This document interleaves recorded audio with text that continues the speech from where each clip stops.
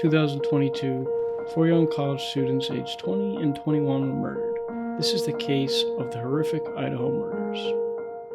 On the night of November 12, 2022, Madison Mogan and Kaylee Goncalves were at a nearby bar named Corner Club on North Main Street in downtown Moscow, Idaho, between 10 and 1:30 a.m. on November 13th. At around 1:40 a.m., Madison and Kaylee were caught on video at a food vendor nearby that goes by the name of Grub Truck at South Main Street and used a private ride to arrive at their 1122 King Road home around 1:56 a.m. At around 1:45 a.m., Santa and Ethan are believed to have gone back to the 1122 King Road home, as investigators initially believed Ethan lived at the home but later found out he was only visiting. Later that night, around 3 and 4 a.m., the four young adults were stabbed to death in the home. After weeks of searching, police arrested a suspect for the case. His name is Bryan Kohberger. Kohberger is a 28-year-old Pennsylvania resident who has a PhD in criminology and criminal justice at Washington State University. The FBI tracked his car down and watched him for days while police worked to obtain a warrant.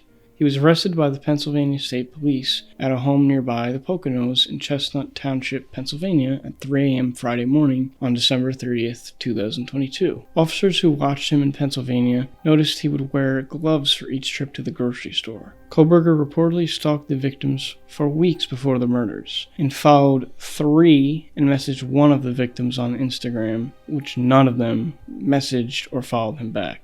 Kohberger was creepy around women, harassing them by crossing boundaries and making them feel uncomfortable around him. Months up to the murders, he made a post on Reddit claiming he was conducting a research project because he wanted to know how people felt during and after committing a crime. The questions that were reportedly asked surrounded motives, logistics, and emotions about recent crimes anonymous people have committed. Forensics psychologist Dr. Johnny Johnston have suggested it could have been a crime of rage and hate, not against these victims in particular, but getting revenge in general. Maybe Kohberger had trouble with women in the past, so he took his rage and anger out on them in the most horrific and brutal manners possible.